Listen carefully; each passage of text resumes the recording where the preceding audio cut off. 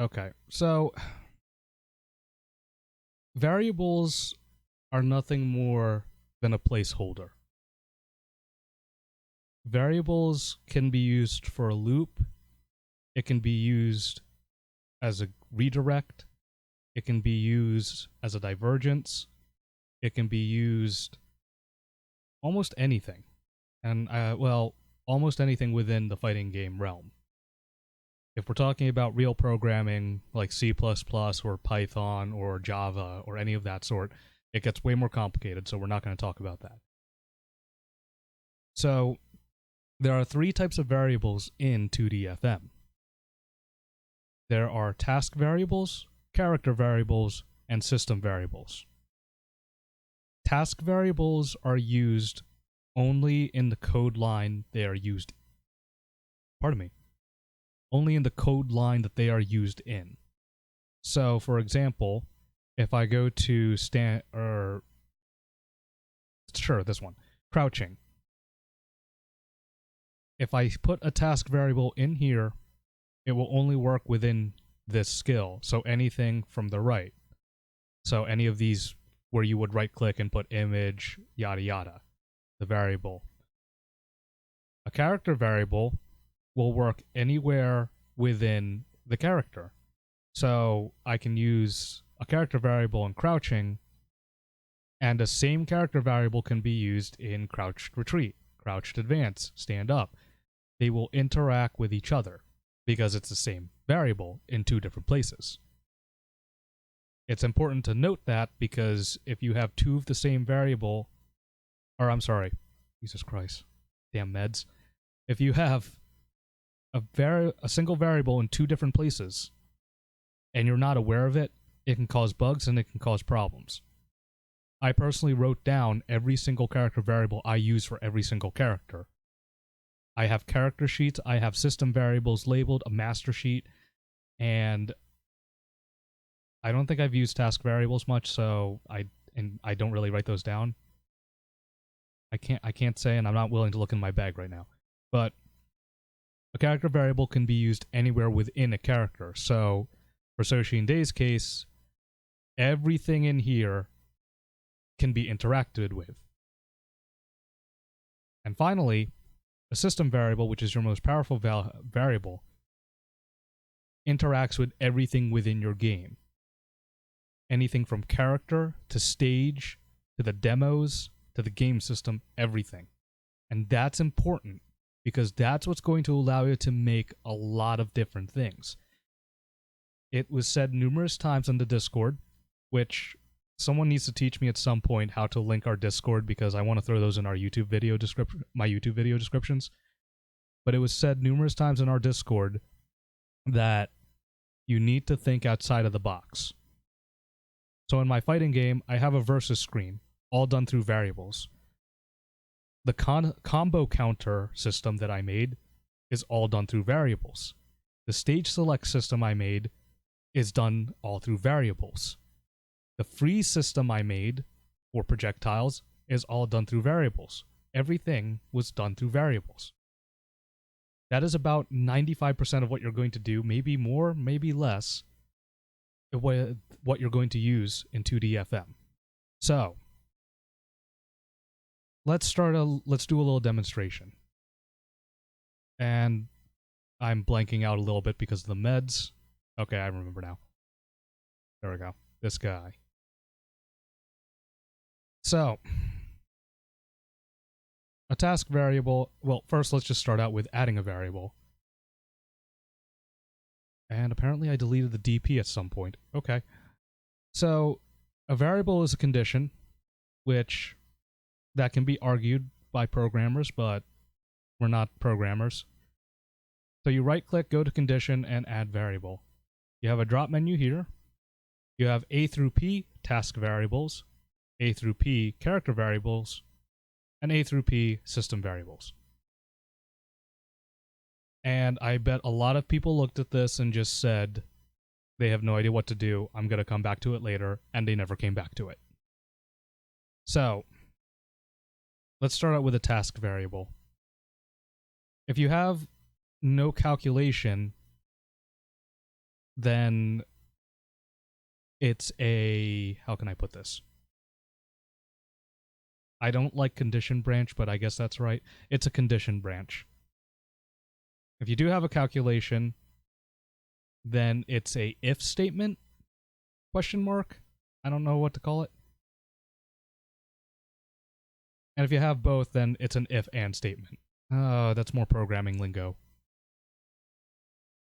I guess a demonstration is just the best way to do it. All right. So last time on the stream, I made this character using Soshin Day as a sprite, and I accidentally deleted the DP. So I'm gonna program a variable into the DP. What's going to happen is, when he does his DP, I will set a variable that will redirect it to a different skill. And it will, once he does his DP, he will never be able to do the DP again. So, we'll use a task variable for this example. So, we're going to do it's the same, or if it's the same, then you put a number here.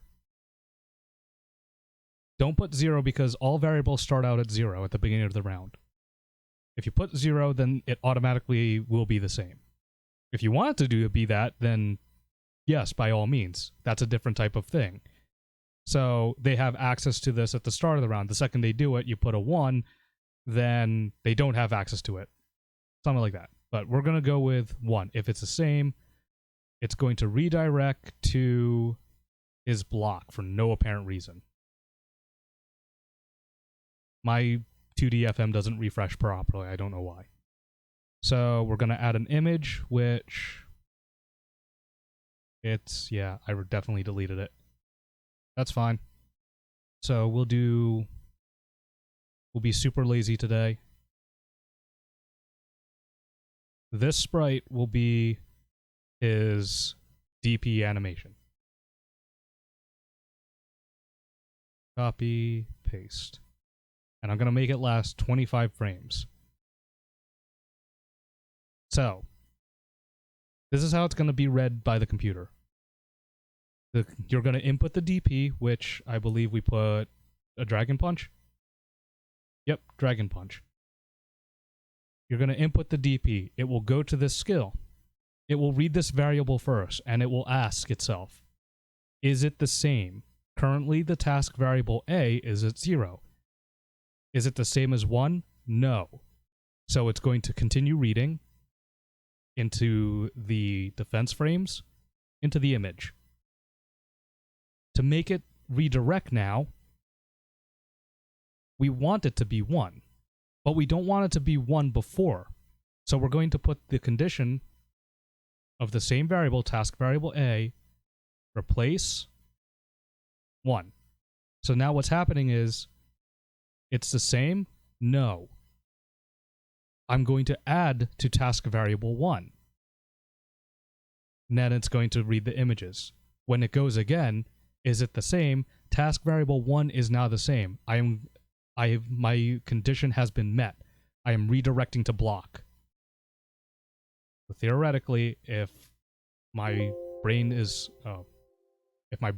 somewhat correct, what I said should happen.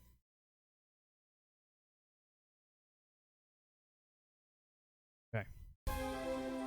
Whoa. Big screen. There we go. It seems some of my game magically... Oh, wait. I know the problem. Yeah, that's why. Soshin Day is still in here. There we go. Alright. So, DP. I messed up. Okay, he did his DP. You saw him pose. Now, as you can see, I can't do it again. It goes to block because the variable is redirecting him. I thought 25 frames would last longer. Let's put it at 100 frames so it lasts a solid 1 second. So you can actually see he's doing a DP. Or his DP, quote unquote. See, he was posing. Now I will do the same exact thing, but now it's going to go to his block animation.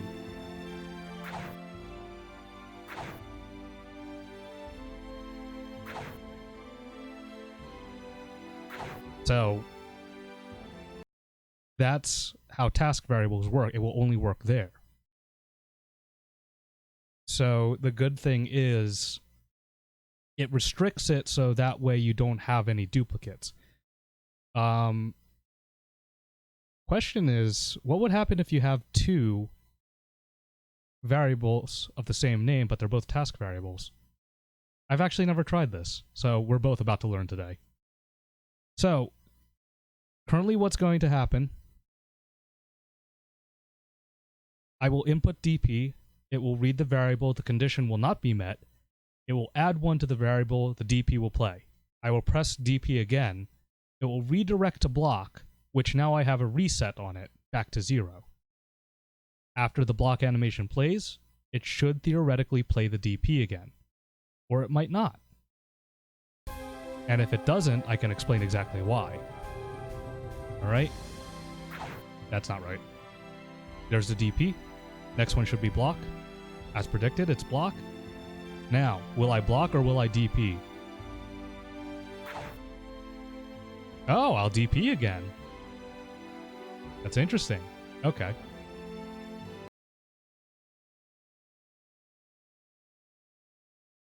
So if you have a task variable somewhere else within the character, as long as it's interacting properly, you're okay. Interesting. I've had issues with that in the past, so who am I to speak? Alright, moving on. A character variable. It can be used anywhere within the character. So let's delete this. We're going to keep our DP as the example. We're going to add a variable here. And we're going to go with character variable A. So what this does is it can be used anywhere. It will activate anywhere, as long as it's within this character. So character variable A. We'll do the same thing. If this variable as a condition branch, if this is the same, we'll do the same thing. No, let's do something different. If it's above 0, because remember, all variables start at 0. If it's above 0, we will have it redirect to block. And remember, what I'm doing, you don't necessarily need to have this redirect to a specific thing. I'm just doing block because it's there. Block is nothing more than a skill. A block is the same as DP, is the same as strong stand. Strong attack is the same as weak attack. So we're going to have that redirect to block if the variable is above 0. So here in DP, we're going to add 1. So every time I use DP, it's going to add 1 to the counter, and weak stand will always go back to block, will redirect to block.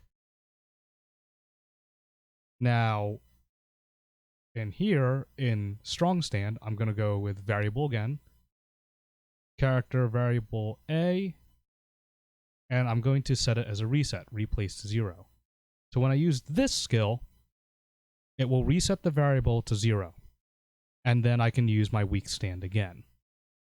So we'll save and demonstrate. Okay. For right now, here's my weak attack. That's grab. Did I not input a strong attack? That's interesting. I could have swore I inputted that. Apparently I did not. Add command. Strong. That's B.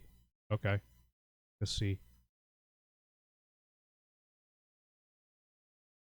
Huh, I really didn't do that. That's weird. Strong. That doesn't matter. Okay. So I got a weak attack, and I have my strong attack, which is clearly slower. So when I do my DP, this attack will redirect to block. There's my DP, quote unquote. And now every time I press that button, he blocks. He goes into block. Now, keep in mind, even though I say he's going to block, he's not truly blocking. It's playing it as an animation. Your block is only made as the block skill. So if I press that and he goes into that block animation, he's not actually blocking. Oh, there's a button. So as you see, he took damage even though he was blocking, quote unquote. Now, if I input DP again, that's not right. There's DP. He's still in block animation. That is because now the variable is at 2, which is above 0. To reset it, I put it in heavy attack. So there's my heavy attack, and now I can weak attack again because the variable is now set to 0. If we DP again, DP, now I'm back to blocking. Strong attack, I can weak attack again. So, what if we put it's equal, it's the same. So we put it's the same as 1. So if I DP once, he can't do it. DP, and now weak attack is block again. But if I DP again, that's not right. I DP'd again. I have access to weak attack again. Because it's not equal, it's not the same. If you just talk out loud, you'll realize it's a lot simpler than you think. Not you guys specifically, but, you know, it's simple. If the variable is set to 1 and is set to 0, I add 1, it now equals 1. Is it the same? Yes. I do the attack again. It adds 1 to 1, so now it's at 2. Is it the same? No. Therefore, I can weak attack again.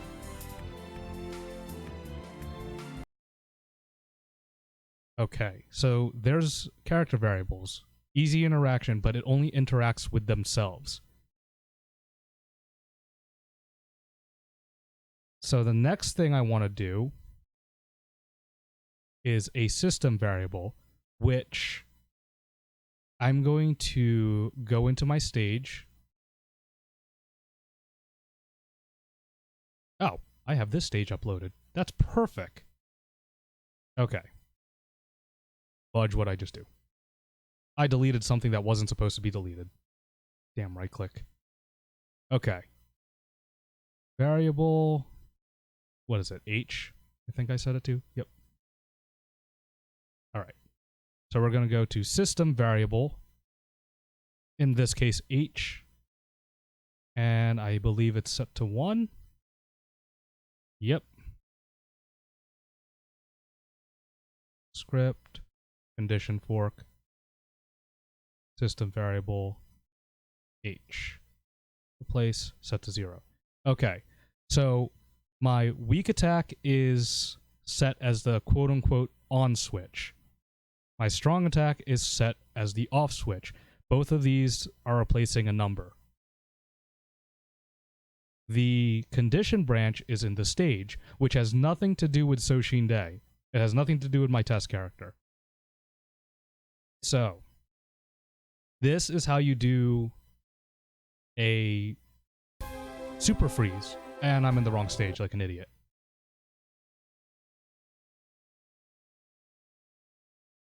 So, we have rain in this stage, which is constantly moving. If I do a weak attack, or a strong attack, nothing happens because the variable is already at 0. So even though I'm replacing the variable h to 0, it's already at 0. Nothing happens. However, when I press weak attack, oh look, everything's frozen. You can do a super flash doing this. And then when I press strong attack, everything resumes. On and off switch. Nice and simple. It just takes a lot of time. The rain sprite that you see in this stage is, I don't know, like 72 frames. In between those 72 frames, I have a variable that's waiting. Am I at 1 yet? Am I at 1 yet? Am I at 1 yet? And eventually, if someone does a super, freezes. Once the super flash ends, it resumes. Through a variable. All through a variable. So, it's nothing, it's not even that complicated. It's not like I'm redirecting anywhere. I have an on switch, and I have an off switch. A 0 and a 1. And on stage, I have is that you can't see it in that one. Oh, that's the floor, that's why. Where is there's the rain sprite. I don't know if you can see it on the stream. It looks pretty dark on my screen. But you can see the rain, and right after the sprite, there's a variable, condition, 1. And if it's met, it goes to script 85, which is all the way out here. Oops, that's not 85. That's 85. Which is, as you can see, here's a loop that sends it back to the beginning. 85 right here is only met when the variable is there. Here's a still image, another variable waiting for it to go back to 0, and then a loop that sends it back to this image. And it'll keep looping that image until the variable is back at 0. Now, for me, I kind of cheated because this is rain.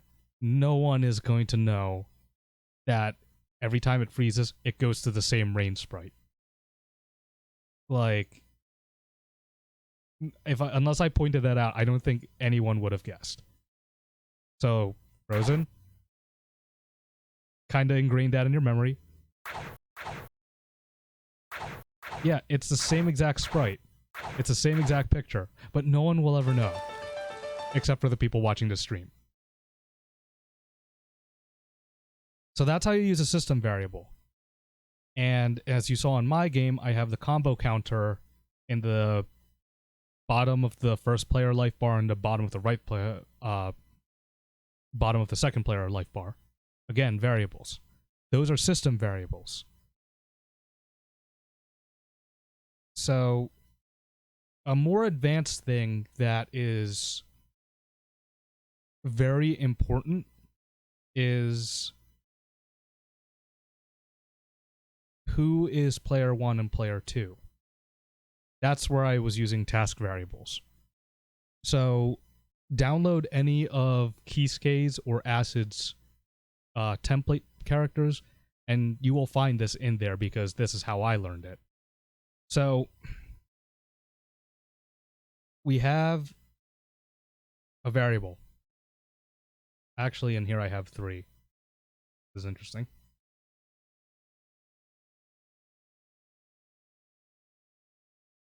I'm trying to remember how I did this now. Go me. Oh, because it's separate. Okay. I separated it. That's right.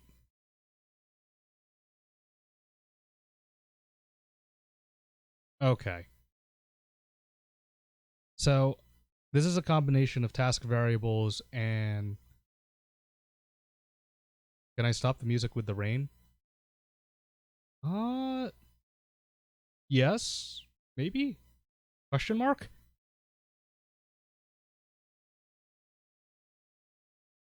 Yes. Yes, you can. I lost my train of thought. Okay, I remember now. I will get back to why you can. But this is I can't remember exactly how I set this up. I believe this detects where you are. So, okay. When 2DFM loads characters into a stage, they're at a certain distance from each other. Obviously, first player will be more to the left, and the second player will be more to the right. So, on my start skill on Soshin Day, there's 2 variables which have nothing to do with player initiative. And then this call skill, which is player initiative, which is right here. This skill determines player 1 and player 2. So I am leaving this here so you can copy it. People can watch this and copy it. Or you can download one of Keyscape's or Acid's character templates, like I said. But this is a true fire way to initiate player 1 and player 2. And the cool thing about that, you can make a versus screen, which again is all variables. So this will detect a certain distance, and if it's not achieved, it will move on. And then once it's achieved, it will activate player 2. So if you look, if I put Soshin Day and Soshin Day,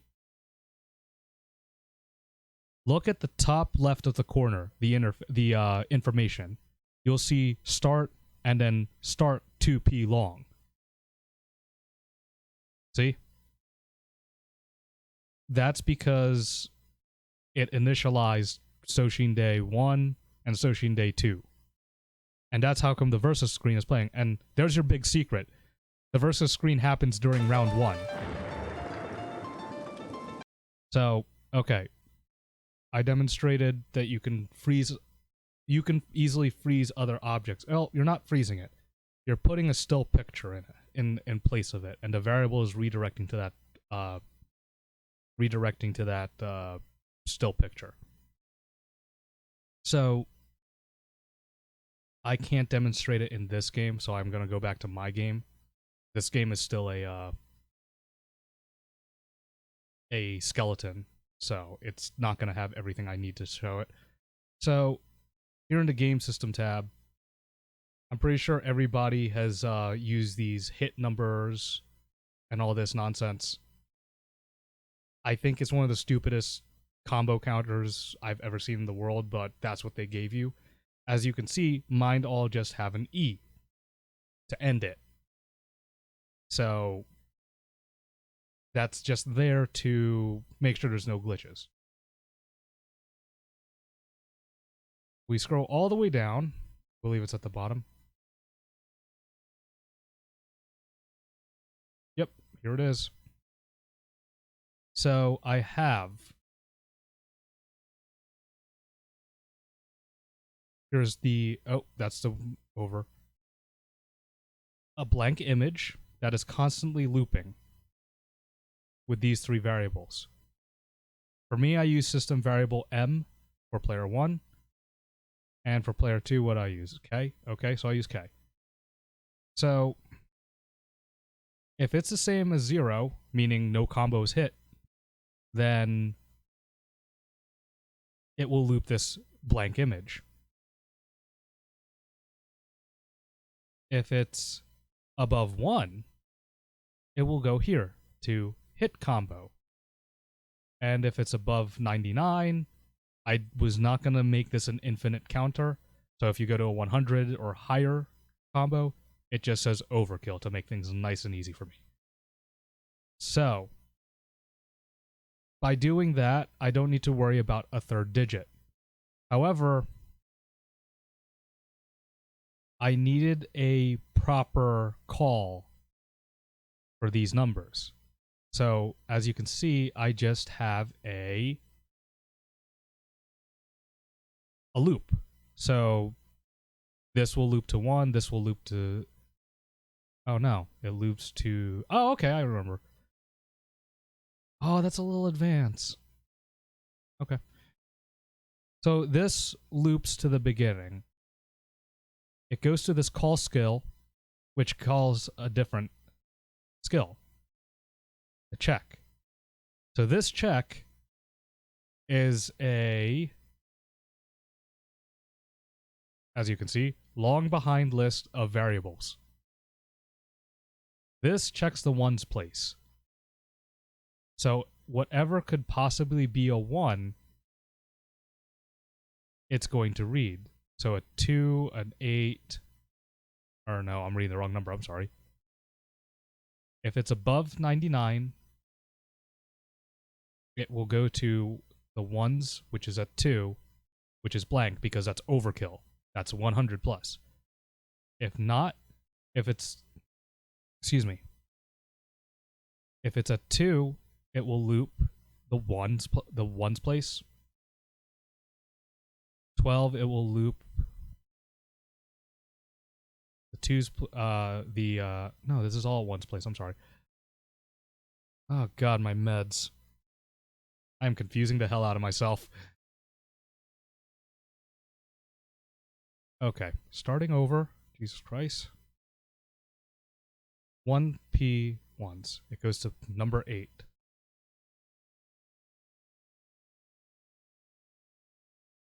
Okay. I'm trying to reverse engineer this in my head. It's not working.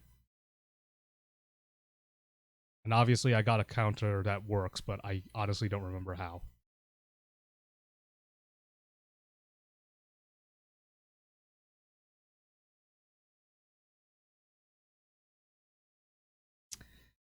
Okay. How did I do this?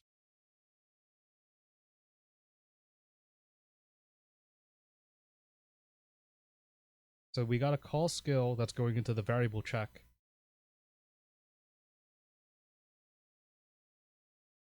System variable M.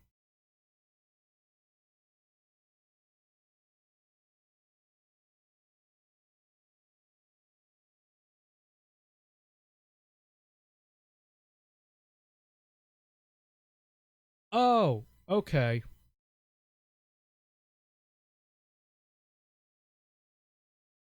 I think I got this now.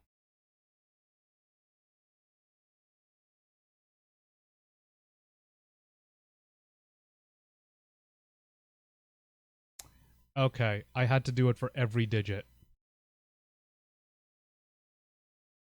Should we just say it's magic and run? I wish I could, but no, there's a reason for everything. So, in my character screen, or in my characters, every time they get hit, it adds a variable. So, nope, I didn't put it there. I put in the hit spark. Okay. Oh yeah, that I guess that's smart.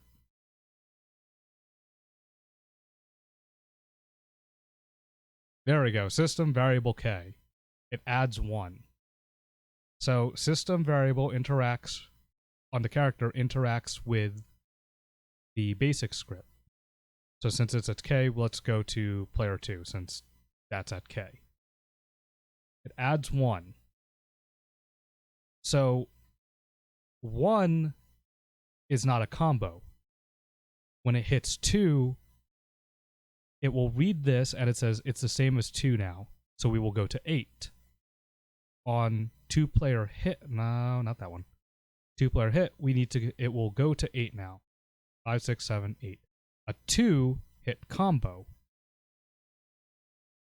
So if we go back to the check, anything that has to deal with a 2 will be included. So if this is a 2-hit combo, a 12-hit combo, which includes a 2, will make the 2 reappear.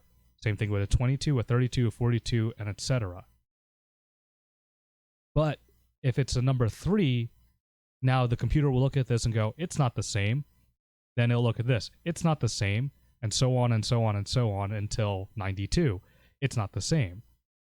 Once it hits 3, look, there's number 3. I'm going to display 2p ones. So I'll go to 2p ones and go to number 10. And there's your number 3. I knew I had a reason for this. So basically I subdivided each number into what it's supposed to be. The first one is the combo over 100? No, that's pretty immediate. The next one is, are there any 2s? The next one is, are there any 3s? Then, are there any 4s? Are there any 5s? Are there any 6s? And this is all for just the first place, the ones place. Then we have the 10s, which does the same thing. So the first one here is there a 10? Is there an 11, 12, 13? Because that 1 will always appear in those places. Same thing with here, the 20s. 21, 22, 23, etc., etc. So, where this actually appears, if I can scroll up.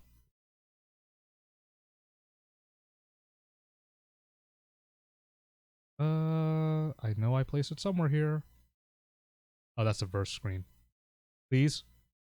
Thank you. There it is. And my stage layout. These objects automatically spawn right at the beginning of the round. And right now, at this object, it says 1 player 10, one P10s. That 1P10s is currently reading a 0. But when it goes here, it's not any of these. All these variables are saying, oh, it's not equal to anything. So it's going to call and just realize there's nothing there. So it's just going to go to this image, and it's going to keep looping these 3 until it detects a variable. Once that variable is detected, it will shoot back to this object up here and display. So when a 10 hit combo happens, it will appear here. Same thing with the 1s, and same thing with the hit. This image, after these objects are generated, I just loop this image at the end, right there. The only reason for that is so the objects don't regenerate. They are completely variable driven. So, after establishing players 1 and 2, that decides in the character which hit sparks they use, which variables is used. So, depending on who it is, they will get either system variable K or system variable M.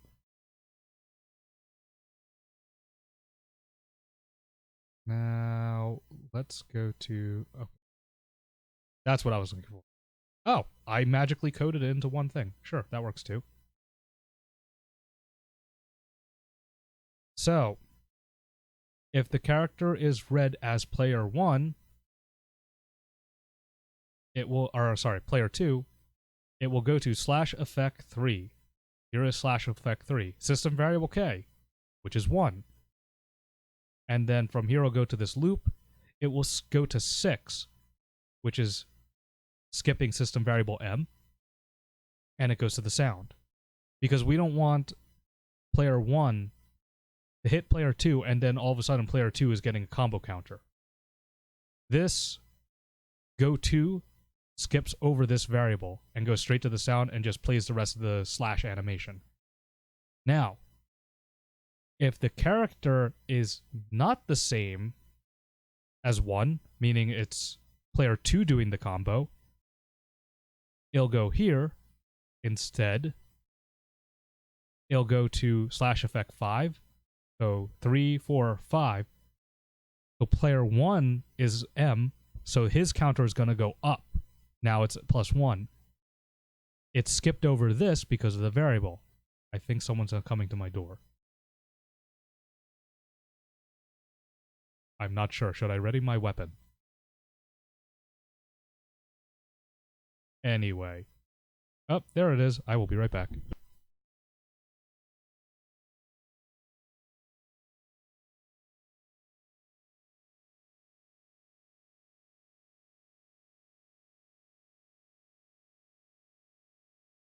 And I'm back and alive. Anyway. So, this variable, not that one. This variable detects it's the same. So it will automatically redirect to this 5, skipping 3 and 4. It adds to player 1 and then plays the rest of the animation. So, to put things into perspective, because a lot of people think this is overly complicated, which it's not. Okay, I guess it is a little bit hard to wrap your head around, but it's not complicated. Not in my opinion. A round starts. A task variable, you know what, I'm going to do it while I'm... So the round starts. Technically speaking, there's no player 1 and player 2. Using a task variable, I establish player 1 and player 2. For me, I go here. The task variable, the call skill calls player initiative. This detects who's player 1 and player 2. It doesn't technically leave start, though. It's just calling. When you call a skill, you never left the skill. The code never left the skill it started on. So right now, at every round, it always goes to start. So we have the task variable, which just reads if it's round 1 or round 2. That's what these two variables are. Don't mind those. The call skill, which again, I'm going to be slow here so people can copy this, because I think everyone should have this in their game. It makes it a whole lot better. This detects if it's player 1. If it's player 1, it will go to initiative or player initiative 4, which will add 2 to, in my case, character variable. Or rather, it will replace. Player 2 technically loads second.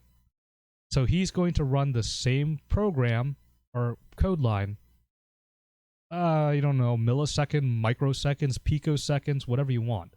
Behind. He is behind player 1. So he's going to get to this call skill. It'll read. It'll go here and say, oh, I'm player 2 now. So then that will make this variable right here, make him, because it's now character variable C was set by player 1 to 2. So player 2 will redirect here to start 2P. Now that we've gotten that out of the way, the round starts, and as the round is starting, all my stages, because I made it part of the stage layout, this is part of the health bars, the special bars. So I didn't program this within the stage. I programmed this within my basic script. While the player characters are doing their animation, the round is starting. All these objects load for the hit counters. Now the match has started. A combo has started from player 1, and now a system variable from player 1 activates a hit spark. Here we go. A hit spark. This activates a system variable to communicate with my basic script on how many times this person has been hit. My counter will respond with that with a system variable, I believe. Yep, a system variable. Oh, the same system variable. That's right. I just went over this. The same system variable is the hit spark to communicate with my combo counter. Once the combo ends, the character, I programmed it with the get up animation. The second this hits, where is it? The combo ends. Or did I not put it in this one? Did I not put a reset on this one?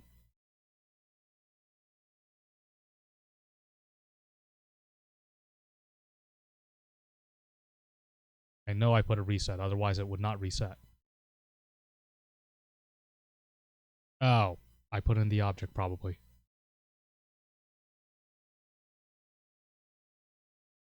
As you can see, I've been working on this for a long time. No, it's not part of the object. I lied. There's a reset somewhere, otherwise my program wouldn't work. There it is, combo reset. I made it a call skill. Under dust cloud. So when Soshin Day gets up, he will call combo reset. Combo reset, here it is are you character 1?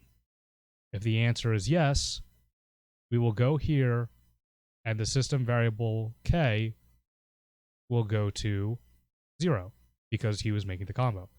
If the answer is no, it will go here, and it will redirect to combo reset 2, which resets M to 0.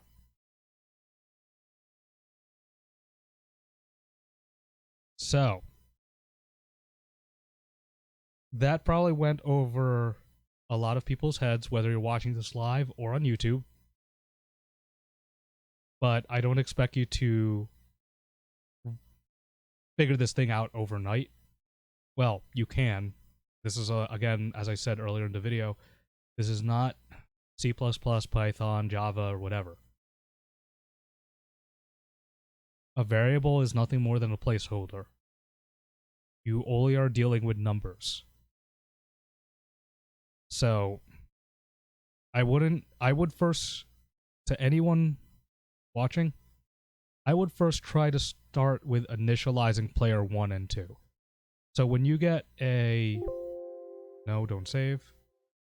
When you make a new game, or a game you're working on, it looks like this. There's our skeleton game from earlier. The first thing you can do, right under start, is just make a brand new skill. 2p start.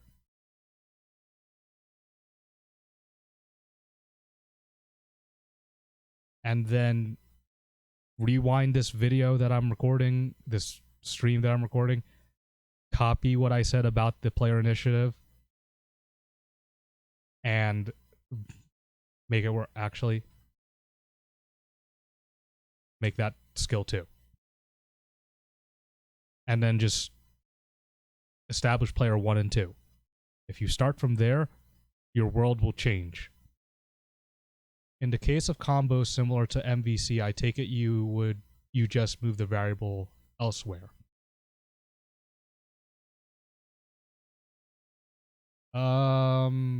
Expound on that? Explain a little more? What do you mean by that? I don't get it.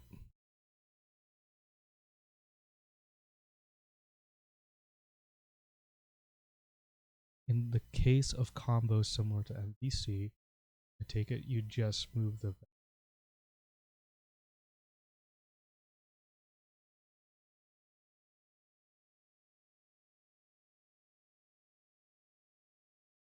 Oh, for Otg combos.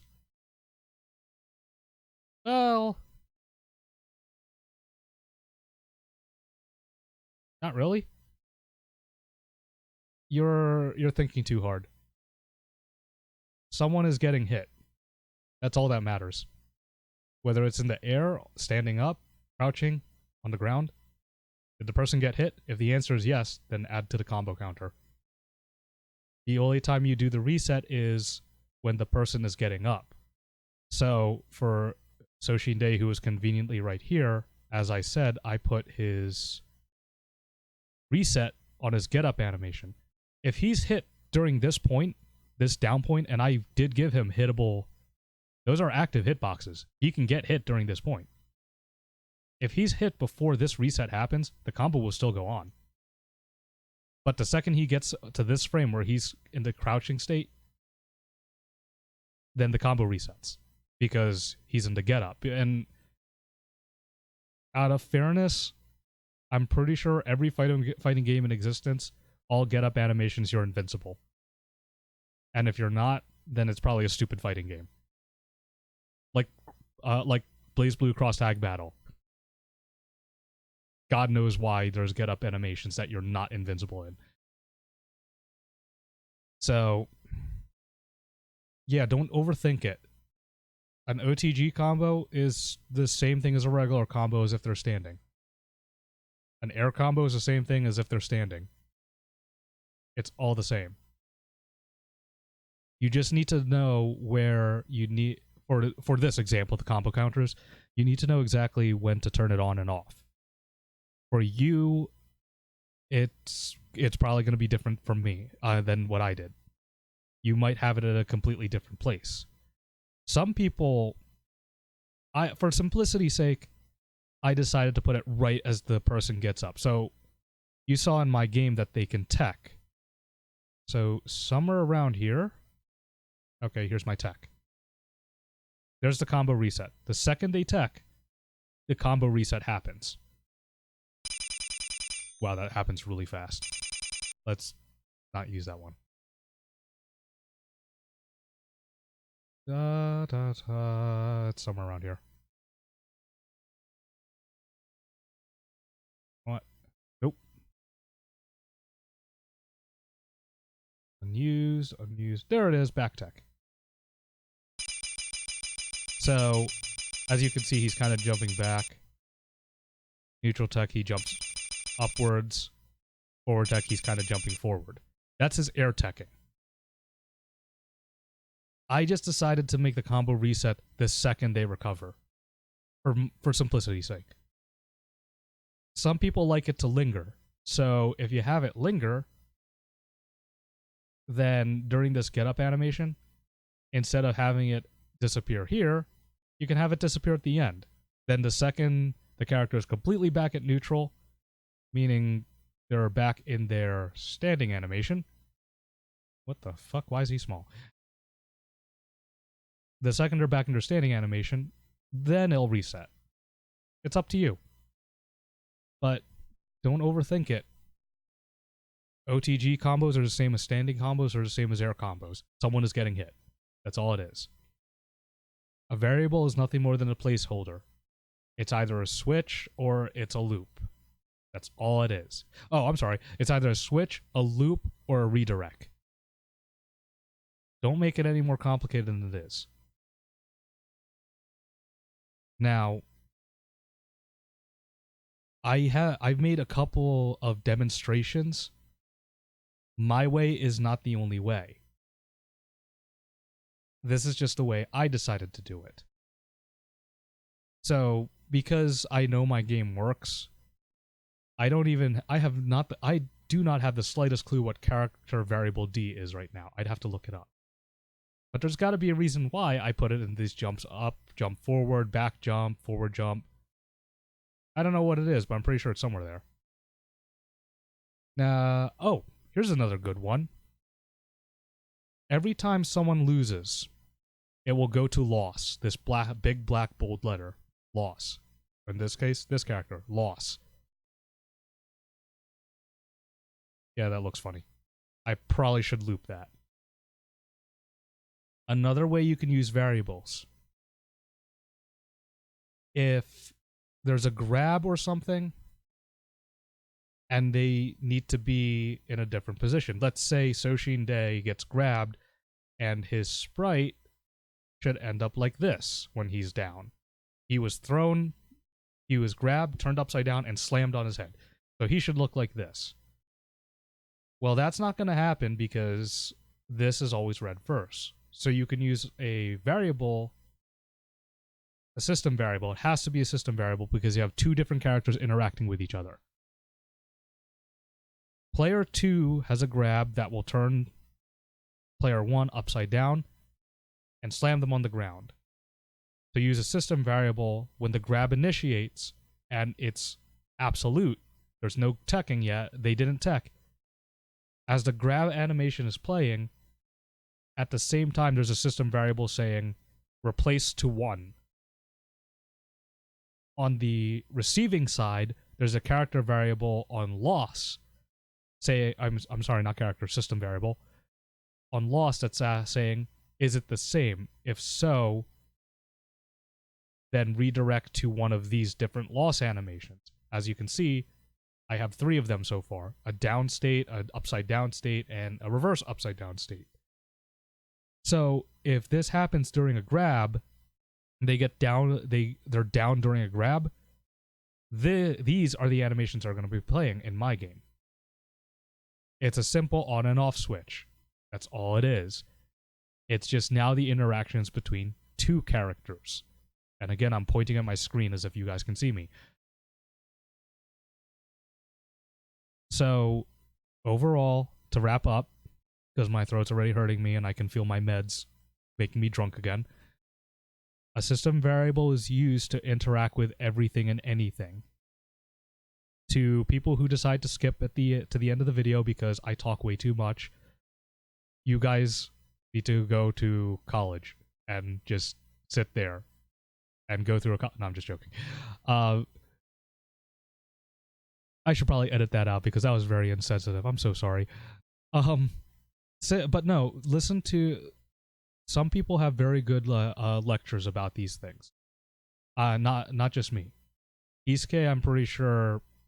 I think it was Kisuke. He made a YouTube video explaining variables, and that's how I learned. I don't know if it's lost in the ages or what, but A system variable can interact with everything and anything. A character variable can interact with everything within the character, and a task variable can only interact with the code it's within. You can reestablish a task variable in a different line, but as that code is being played, that task variable will only be used in that line. So you have to keep that in mind. You just need to think very simple. Always think that it's just an on and off switch, it's just a redirect, it's just a loop. It's nothing complicated. It's nothing complicated. So if you watch the video, replay it, whatever, there are some ideas. I showed you how to make a stage freeze, character freeze. Oh, that's another thing. And in this vid, you're referring to the fireball one? What fireball one?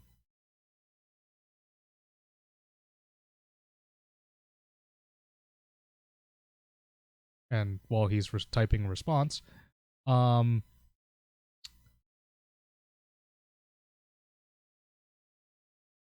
those of you who want to, who wants projectiles to freeze as a super flash happens, you have to be aware. Earlier in the video, when I said I'm making the stage rain freeze through a variable, I'm doing the same exact thing with a projectile. So if the projectile is not parented to the player, you need to go into... I'm pretty sure he has a projectile somewhere in here. Yeah.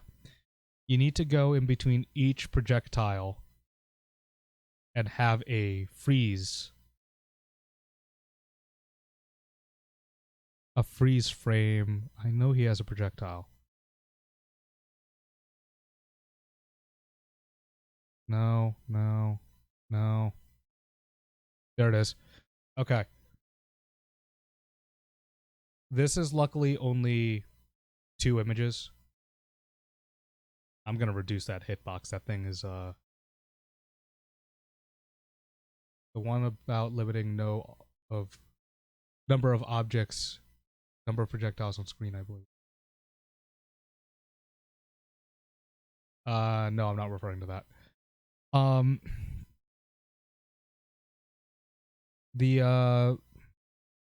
god, I can't think. When you make a projectile, this one only has 2 images. So that's not a very good example.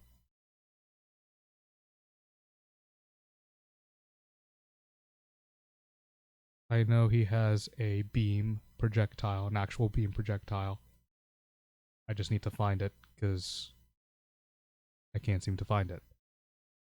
Which is weird. I know he has it. There it is. So, this projectile... That's annoying.